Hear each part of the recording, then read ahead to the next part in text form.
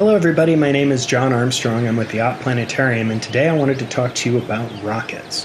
Have you ever wanted to build your own space program? Well, you can with a program called Kerbal Space Program, and I'm going to use it today to talk to you a little bit about how rockets work. So let's go ahead and get started. So this is my launch system complex, and I'm going to go inside the vehicle assembly building, and we're going to build our first rocket. Now, a rocket is basically a vehicle for propelling things into space ballistically. So in other words, it's used to throw things really, really quickly into orbit. And what makes an orbit is that the object is moving so fast that the curvature of the Earth is falling away faster than the object is falling, and so it never intersects with the Earth. So anything you throw is going to follow an arc through space, and if you can throw fast enough, you can get it to go into orbit around the Earth. It turns out, in order to get that done, it has to be moving pretty fast, which is why we need a lot of power and a lot of energy to do that.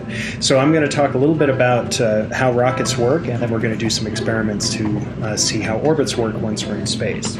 So let's start by building a very basic rocket. And the first thing we need to build a rocket is we need some capsule to put our people in. So there's our rocket ship capsule.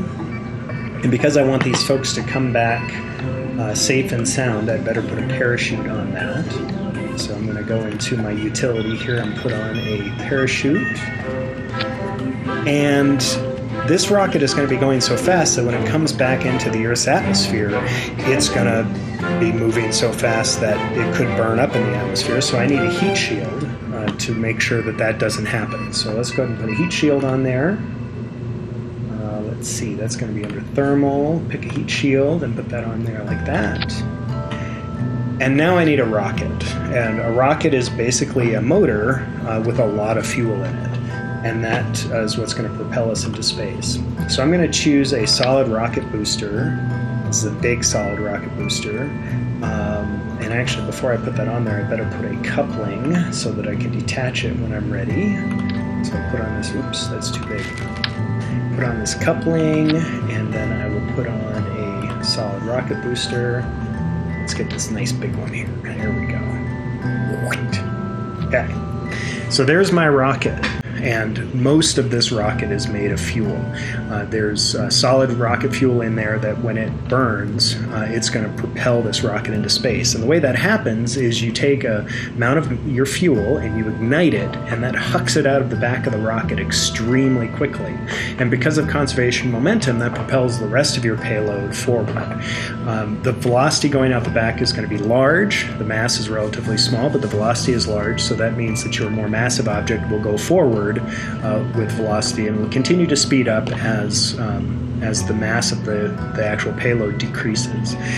When we get up to finish burning this rocket up, we're going to discard it because we don't need it anymore, and then this capsule, we're just going to let it ballistically fall back to space. So this is the simplest type of rocket you can get, and let's go ahead and just see what happens when we launch this. So let's go out to the launch site.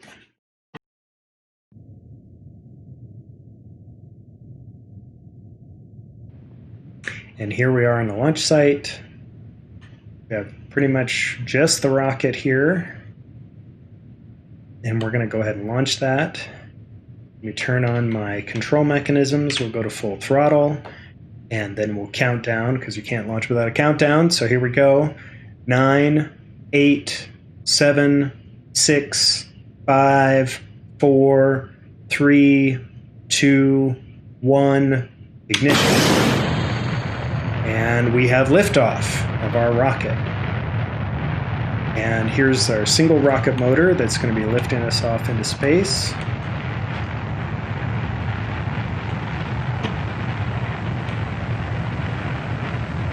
And you can see the fuel over here behind my head. It's telling us how much fuel we have left.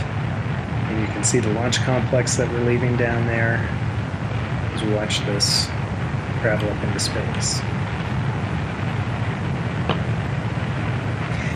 Now again, anything we throw up has to come back down, right? So if we imagine we're basically launching this thing straight up into the air, and because of that, it's going to go more or less straight up and then come straight back down. And we can see what that looks like if I look at the orbital trajectory here. here. So if I zoom in on our orbital trajectory, you'll see right now it's pretty much coming up and coming back down. Now the faster I go, the longer this arc is going to be. And you can see that it's starting to stretch out here over the ocean.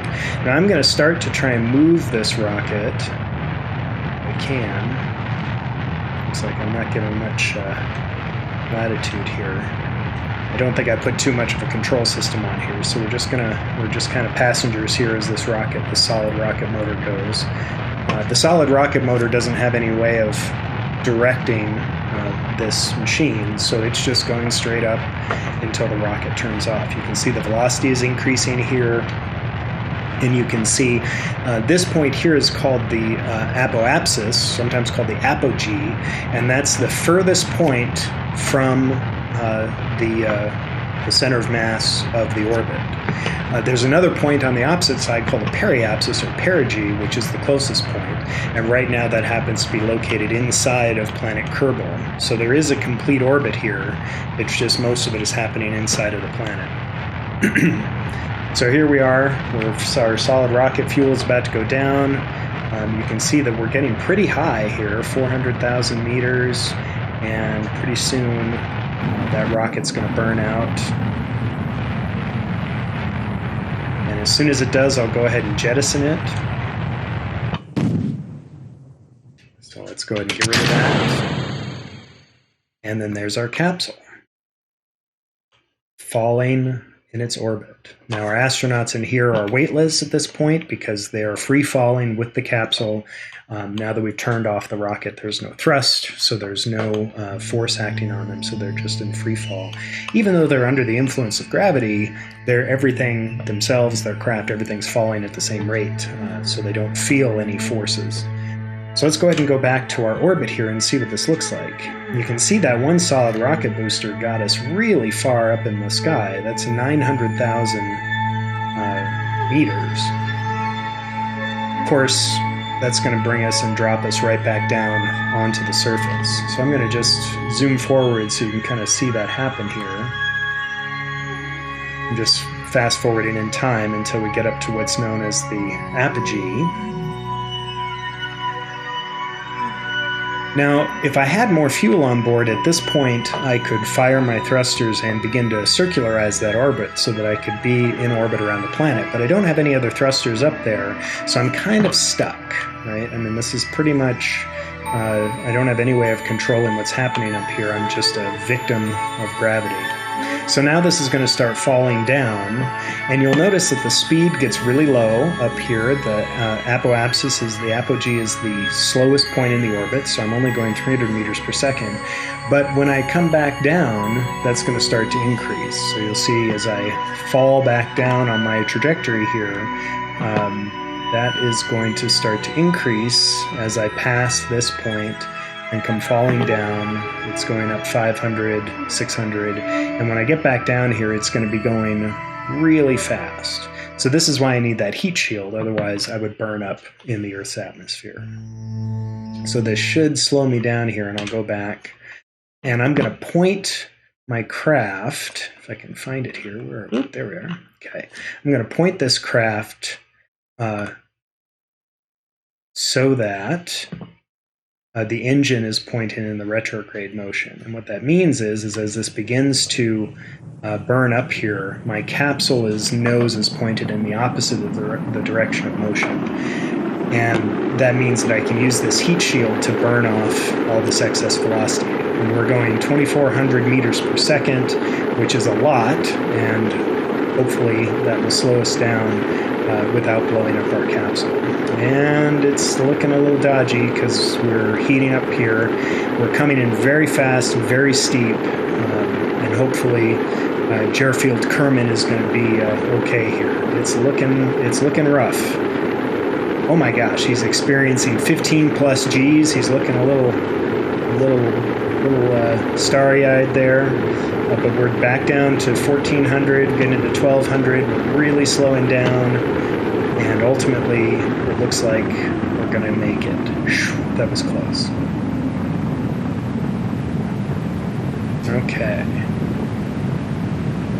And now as soon as this gets down to a reasonable speed and my parachute gives me the right indicator up here, I'm going to go ahead and deploy my parachute. So now I can deploy the parachute, and we're at about 7,000 meters above the ocean here. Looks like we're above the ocean. Maybe we're above land. It's hard to tell. And now we're starting to slow down with the parachute. And I'm just going to go ahead and warp us forward so we don't have to wait too long. And ultimately we'll just splash down. But you see it gets down to 2,000 meters before it really starts to slow down. And then it slows down, the parachute opens up, and you get slowing down to just a few meters per second, which is still, that's a good clip, but it's something that if you're belted into your spacecraft, you're going to be able to survive. And here we are, we're going to land in the ocean right about now. There we have it. And if I want to, I can have our crew member get out, take a look around, make sure he doesn't get in the ocean. We'll put him back inside. Okay, so that got us into orbit, and that was effectively just taking a giant rocket and tossing this capsule into space. But we didn't get into an orbit that went all the way around the planet. It was in orbit, but unfortunately on the way back down it hit the Earth, which is not what we want. So let's go ahead and recover this. And now what we're going to do is I'm going to launch a rocket which lets us achieve orbit, and we're going to see how that works. Now, if you're playing this game, there's a lot of ways to do this, and there's a bunch of different directions to go. I'm going to use a rocket that I built earlier. Launch,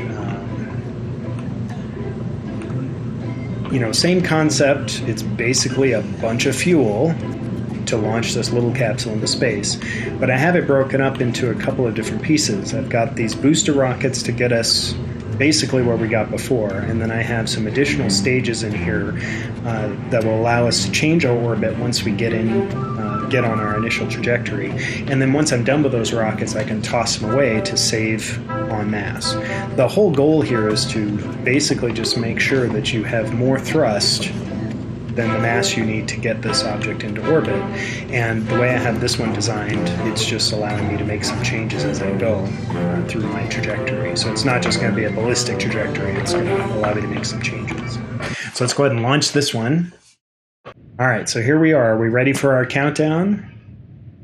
9, 8, 7, 6, 5, 4, 3, 2, 1. Ignition. And what you'll notice right off the bat with this one is that it's already launching much more slowly as it goes up. And that the reason for that is because there's a lot more mass for not all that much more thrust. So there's enough thrust to get this off the ground, but it's going to be going a little bit slower. And what I'm going to do is as soon as these solid rocket motors are done firing, I'm going to kick them off and launch another one. And that's going to reduce some mass so that I will be able to get the rest of this rocket further into space. And again, because I'm on solid rocket boosters, I don't really have a way of controlling the direction for this too well. So we're just going to let this go straight up again. But then I'm going to show you how you can modify the orbit as you go up. Look down on our Kerbal launch complex there.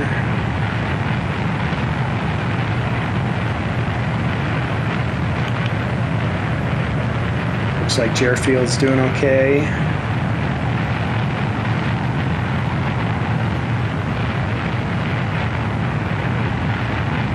Now, one of the things about these solid rocket boosters is that once they're lit, they're going. And so you can see I'm starting to get some pretty intense drag as I move faster and faster through the atmosphere. So that's going to start to heat up the surface and stress the components. And if I did my job right, though, they should be able to handle that as we get up higher. Now we're at 13,000 meters, now 14,000 meters, moving at 700 meters per second. We can see we have some thermal stresses on these components here, but the rockets are about to cut off, and that will reduce our drag. We're also getting above the majority of the atmosphere here. Alright, so there our rockets shut off, and then I'm going to jettison them and let them fall away before I ignite the second stage booster. And now you'll see this is going to start going up much, much faster because I've dropped all of that mass. Now let's go and look at our rocket trajectory here. You can see we didn't get quite as high that time because we had more mass. But what I'm going to do here is I'm going to now push the rocket to be pointed in what's called the prograde direction, so that the rocket is pointing in the direction of the orbit. And that's going to make the orbit point go further and further out. We're basically just pointing the rocket downrange so that we can get into a little bit more of a circular orbit. And in fact, I can make that even more extreme by, rather than being pointed in the prograde direction, I can start to point in the horizontal direction. So I'm going to move. All right, our rocket booster is done. So I just jettisoned that. Now I'm going to go ahead and fire up our third stage. Now this is a liquid rocket, so I'll be able to control this a little bit better. So I'm going to go ahead and fire this one. And I'm going to just back off on the throttle a little bit.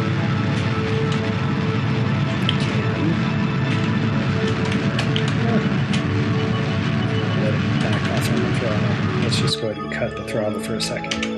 I'll come back here, and what I want to do is, if I can wait until I get to my apogee and then point in the prograde direction, that's going to take the slowest point of my orbit and start to speed it up. And what that means is that's going to make the orbit more circular and bring that perihelion, or that periapsis point that is currently inside the planet, out.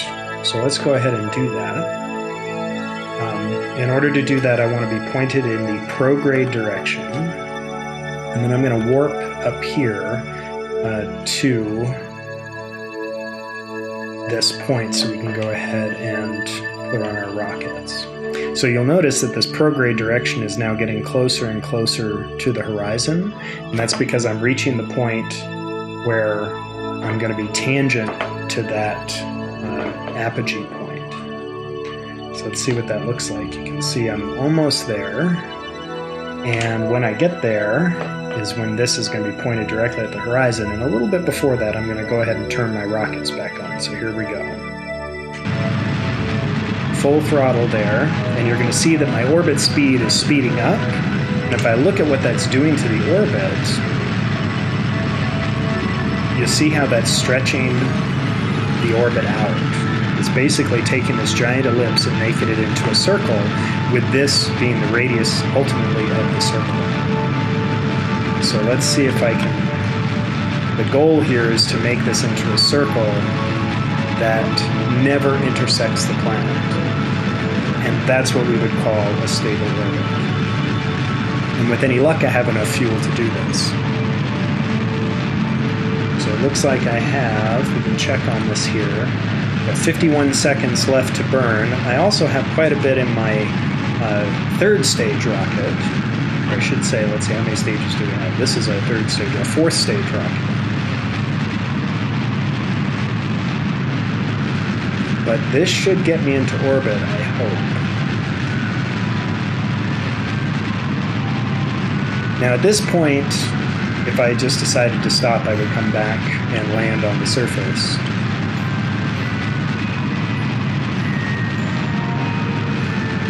But let's see what happens here. Again, you can see, remember that orbital speed initially was only 300 meters per second, something like that. And that was because it wasn't enough to keep me from falling back and hitting the Earth. But as this gets higher and higher, ultimately I'll get into a speed where the orbit will not intersect the Earth. So we're not quite there. So I'm going to have to use my last stage a little bit. So let's go ahead and jettison this one. We're still pointed prograde. And now we have hardly any mass, so this happens quickly. And we can see that there's the perihelion, or the periapsis point, or the perigee. And as soon as that comes over to where I'm at, we will be more or less at a circular orbit.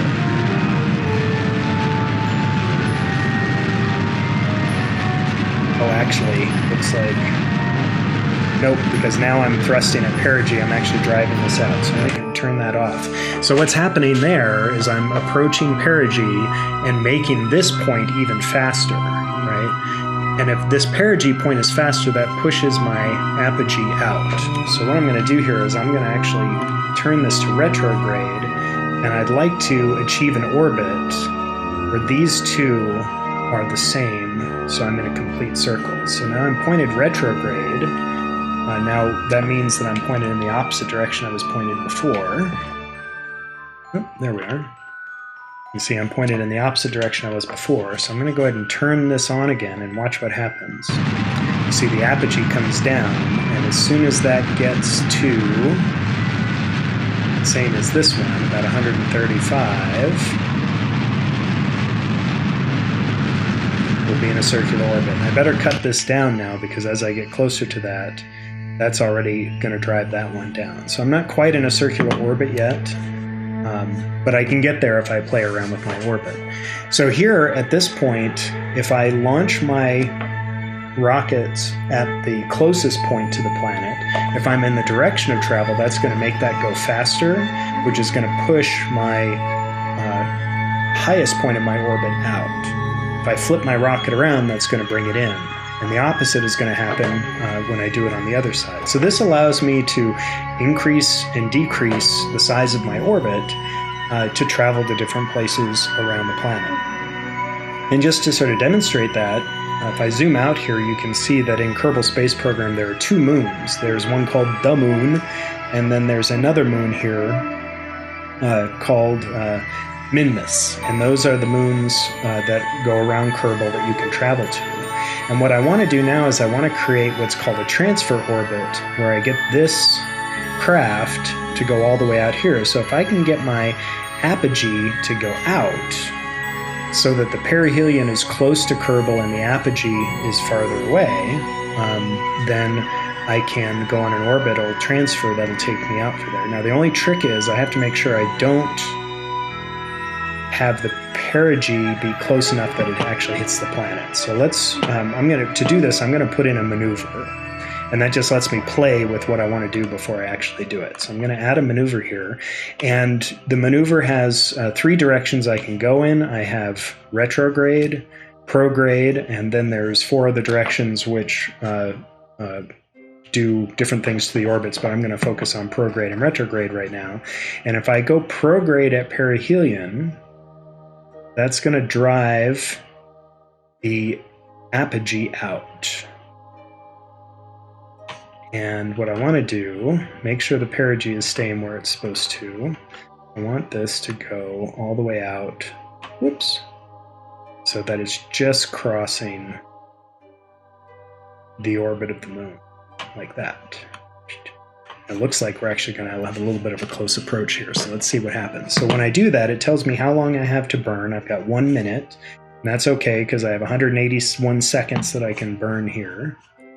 And I'm just going to zoom back in here and wait until I get to my maneuver point. There's my maneuver point, which is going to happen in 3 minutes, and then I'm going to burn for 1 minute. So let's just zoom forward a little bit. I think I can say, oops. It's going to say warp to that point, so we don't have to wait too long. And then I'm going to point this ship so that it's heading in the correct direction, which is not quite prograde, right? It needs to be prograde, but it's pretty close to prograde. And then I'm going to go ahead and fire this now for 1 minute. Here we go.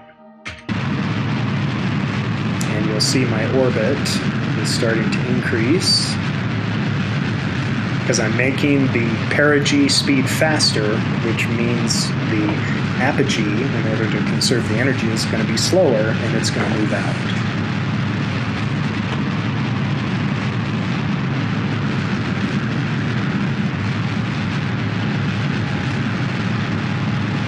And this is going to start to happen fast. I want to try and keep an eye on this liquid fuel, because I want to be able to come back, right? If I wind up going out to the orbit of the moon and I don't have enough fuel to get back, that's going to be a problem. So I'm keeping an eye on this. This is going to give me 20 seconds left, which will still leave me with 2 minutes of burn time. That should be plenty for me to get back.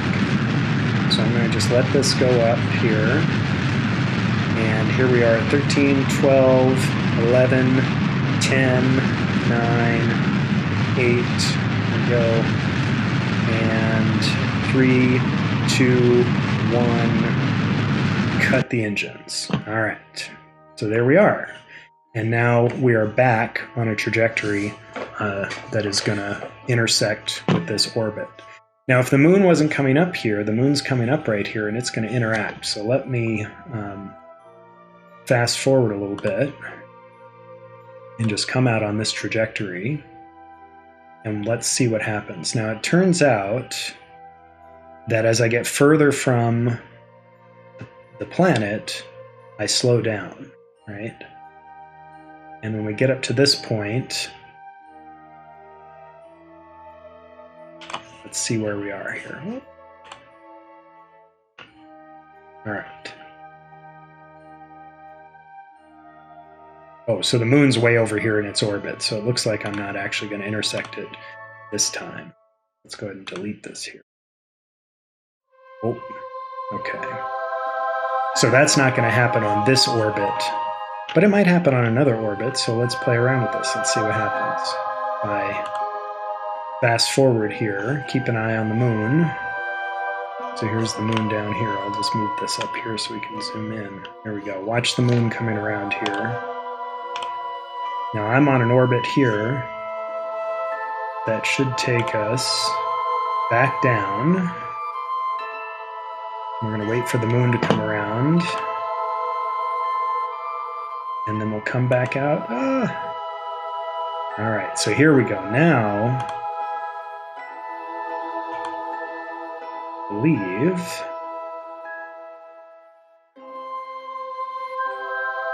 we're going to have a close approach with the moon here.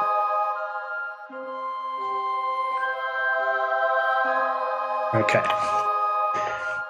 So now, because the gravitational influence of this moon is here, my orbit now has a different shape. You'll see it's coming around like this. And if I don't do anything, this moon is going to pull me towards it and cause me to shoot out to there. And I'm not going to like that because I want to get back to my planet. So I'm going to add another maneuver here. And I'm going to just play around with this until I get into orbit around the moon here. And this might be a little bit tricky. I don't know if I'm coming in too steep. Let's see what happens here. That's not going to do it. We might be in trouble. Let's see what happens.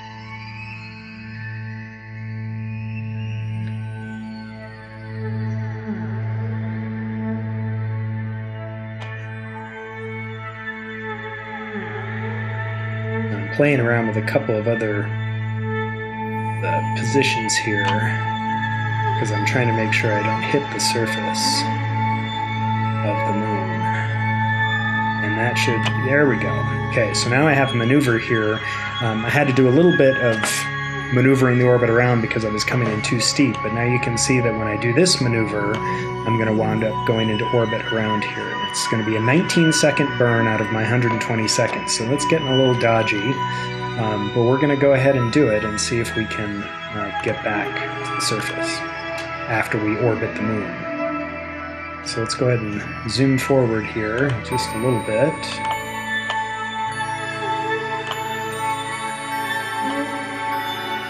And we're about 43 minutes from that point. So there we go. Okay, so just getting a little bit closer. All right, here we go. Our 19-second burn. Whoops. Got to be pointed directly where we want to go. That was 3 seconds of wasted fuel. Okay, here we go. 17 seconds. Let's see what happens here.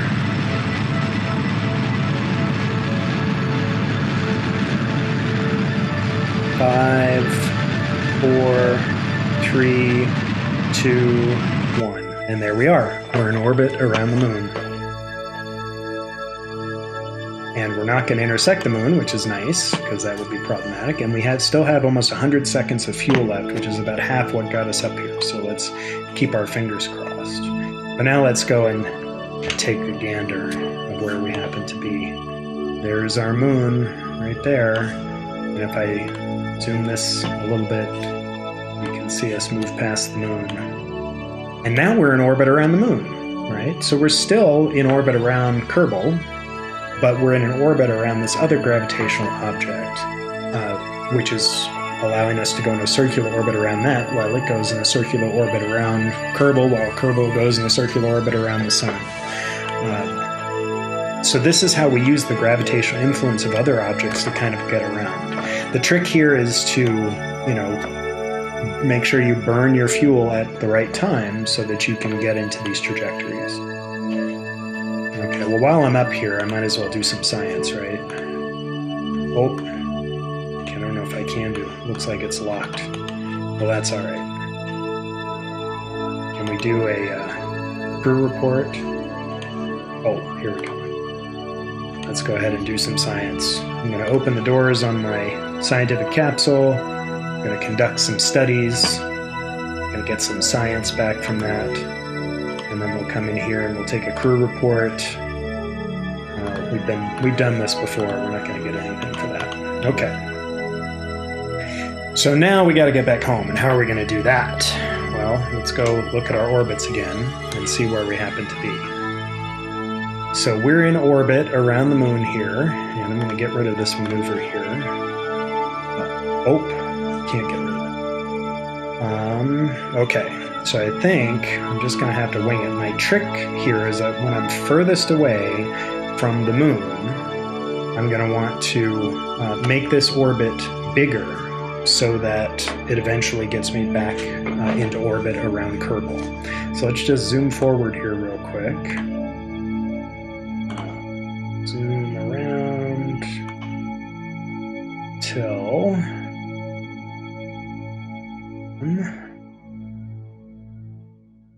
back at my helium or apogee point. Here we go. Okay. So let's get rid of this guy now. Oops. Okay. So now at my apogee, I'm going to add a maneuver, and I should be able to do a prograde maneuver, which will send my perihelion out and ultimately get me on a trajectory that takes me back to Kerbal. That was too much. Okay, let's try this again. And I have to be able to do it in less than 97 seconds.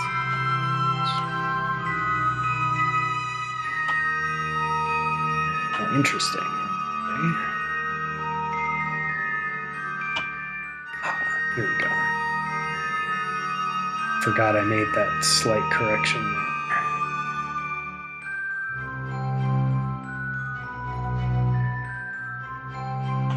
Okay.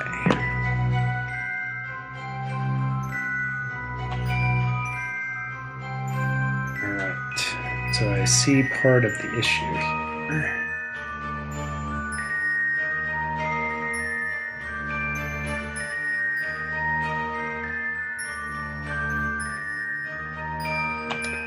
Okay, so I think, let's go ahead and do this here. The maneuver is not going to do what I want it to do. Let's try, oops, no, that's right. I want to make my, there we go, okay.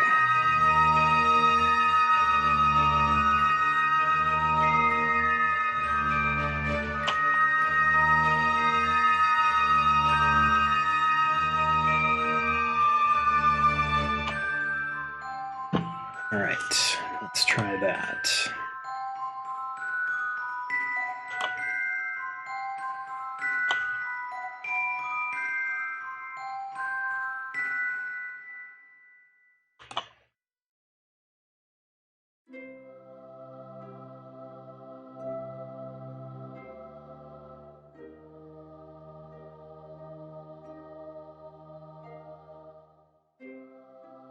All right.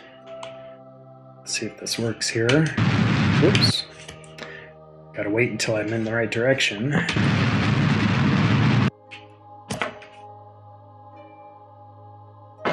Let my craft settle down here for a second. There we go.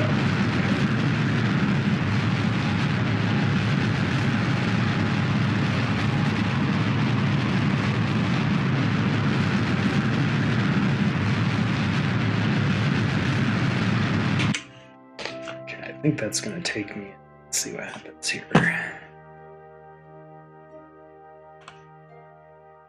There we go. All right, so we've now left the gravitational influence of the moon, and we are now just gravitationally bound to Kerbal. Okay, so now what I need to do is I need to bring my aphelion point much, much closer to the surface. I'm going to go here. Let's get rid of this guy. And I'm going to go here to my perihelion and add a maneuver. And this is going to be retrograde, retrograde to bring orbit in. Retrograde to bring my orbit in. And hopefully I can do this.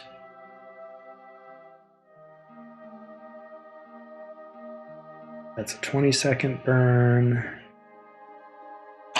And I want to make sure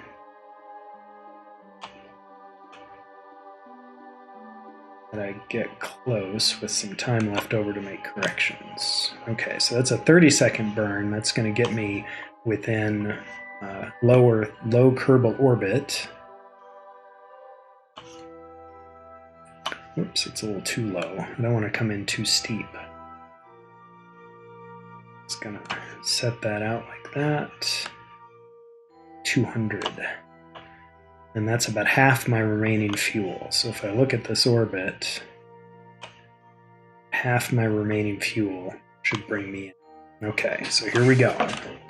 Are you ready? Let's warp to here. And then I will set myself up to maneuver. We're going to do a 35-second burn, which should bring my orbit closer in and allow me to get back in to a reasonable orbit. So here we go. Let's see, that's still 23 minutes out. So let's take that down to about a minute or so.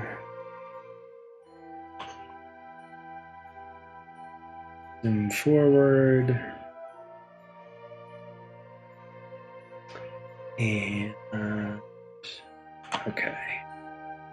And now we're going to go ahead and make sure looks like we're burning totally retrograde. So here we go. And we're going to do this for 33 seconds. And I've got 76 seconds left. It's going to work out great. Now you'll notice as we get closer and closer that the orbit gets smaller at a slower rate. And it's just because it takes more fuel and a longer burn to get us closer and closer and closer to the surface. And we have 6, 5, 4, 3, 2, 1. Okay. So now that puts us at around 220. So now that's still not going to bring us in, but if you look at the velocities there, it's pretty intense. So what I'm going to do is I'm going to cancel this maneuver, and I'm going to come over here to my perihelion point and bring that, or sorry, I said perihelion. I'm going to come down to my perigee point, and I'm going to bring in that apogee point so that I have a slower orbit coming in. Because right now, you'll notice, look at what's happening to my speed there. It's pretty intense. Okay. So now let's put in another maneuver here, and this one is going to be a retrograde maneuver to bring apogee in. And we want the apogee to be pretty close.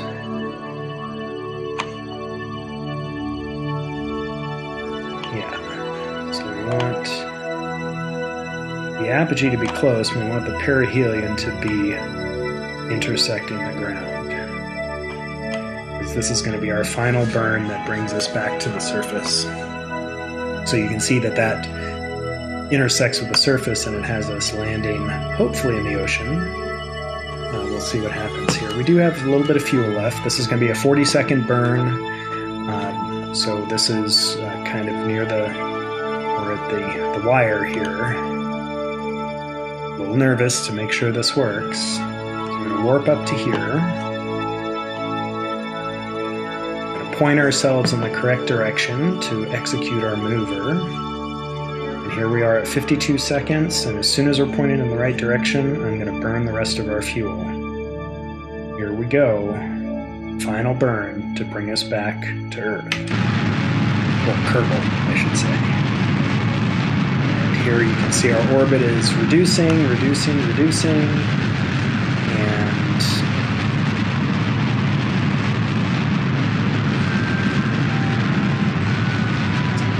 to pretty much take the rest of our fuel. So this was a well-planned flight because we had just enough fuel to get back. It's kind of silly to leave any of it on the spacecraft.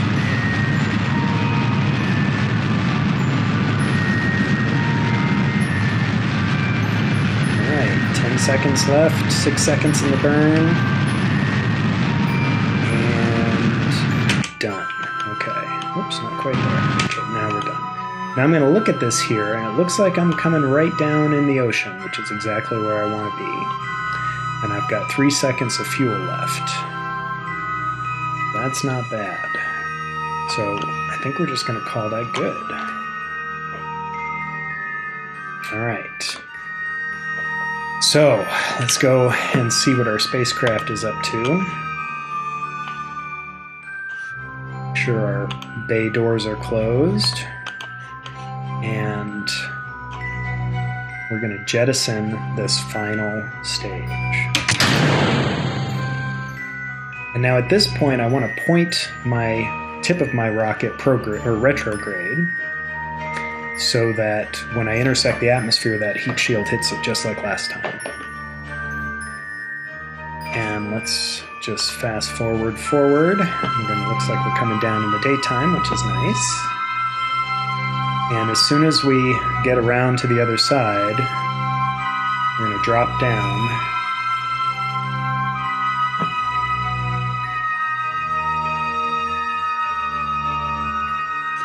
And this mission so far has taken 6 days, which is kind of a lot. Now, this craft is not pointed in the right direction, but as I get lower in altitude, I will make sure I point it in the right direction. All right, so let's make sure we're pointed in the retrograde direction here. Here we go. Okay, so let's see how we're doing here. Perfect. Now, the speed is fast. That's about as fast as we came in last time. But there's nothing I can do about it now. There's no more fuel on board. There's no way to slow it down. I just have to hope that my heat shield is powerful enough to handle this. So we're already down at 53,000 meters, and there goes the heat shield. Now I've got myself pointed retrograde so that the heat shield is in the direction of travel, and it's taking the brunt of the Earth's atmosphere.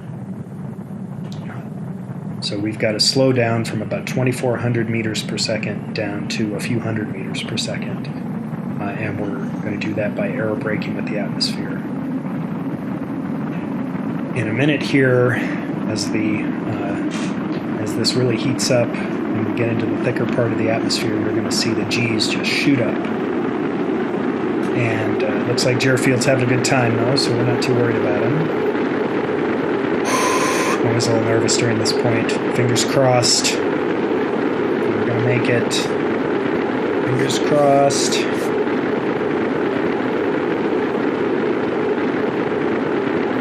And really just now starting to hit the bulk of the atmosphere. If I'm this stressed simulating it, could you imagine being on board? Can't even imagine.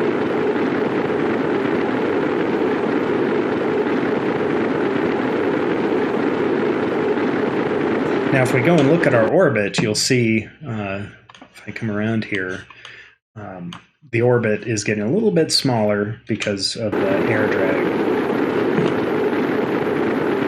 Oops. Okay, there we go. So far, so good. We're down to 1900. So far, we're not seeing any signs that the capsule is getting damaged. Looks like the heat shield's doing exactly what it's supposed to do. And all that heat shield is doing is just burning off energy. And because of its shape, it heats up, stuff ablates off the surface, gets blasted either side, keeps the capsule relatively protected. And you can see the G-forces are starting to go up because we're getting really into the thickest part of the atmosphere here.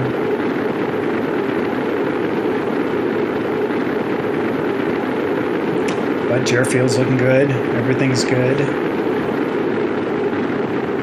Looks like we might actually make it back. And there we go. Getting into the bulk of the atmosphere. We're now down to 1,000 meters per second. Still just falling ballistically on our trajectory. And now we just have to wait until the craft slows enough from the atmosphere that we can deploy the parachute. The parachute is still telling me that it's too early to deploy here. So I'm just going to wait a little bit. We're at 16,000 meters. Let's fast forward a little bit here. Okay, 15,000 meters. 14,000. As soon as this gets down, it says I can deploy it now, but I'm going to wait until it gets down to about 200, just below 300, just to be on the safe side. I don't want the parachute to rip off. And go ahead and deploy the parachute at about 10,000 meters. And now we just wait. I'll fast forward a little bit. As it goes down, you can see the parachute doesn't even begin to inflate until about 6,000, 5,000 meters. And then the parachute really fills up, and the last of our speed is bled off. Our G-forces go up quite a bit for a second, and now we're moving at a comfortable 6 meters per second for the last several hundred meters. And it's time we take a little look around as we fall down here. Oh! Well, there goes our science experiment. But the capsule survived. So it looked like we would have rather come down in the ocean, I think. Luckily, we didn't really need that science experiment. That was fine. The important thing is that gyro field is fine. So let's take a minute for gyro field to get out. Do a little EVA. Oh, we can't do an EVA. Oh, it looks like he's trapped in there. We better get him out of there. Okay, so we're going to go ahead and recover the vessel. And there you have it. That's our launch and recovery for Kerbal Space Program. Shows you a little bit about how we get into orbit and how orbits work and how we transfer from one orbit to another. And if you're lucky, you'll get a little science done, and your astronaut survives to fly another day. So I hope you enjoyed seeing how we get things into orbit. I hope you enjoy our Rocketry Science Saturday. There's a bunch of other demonstrations and videos on our website and on our Facebook site for you to enjoy. And I look forward to seeing you next time. Have a good time.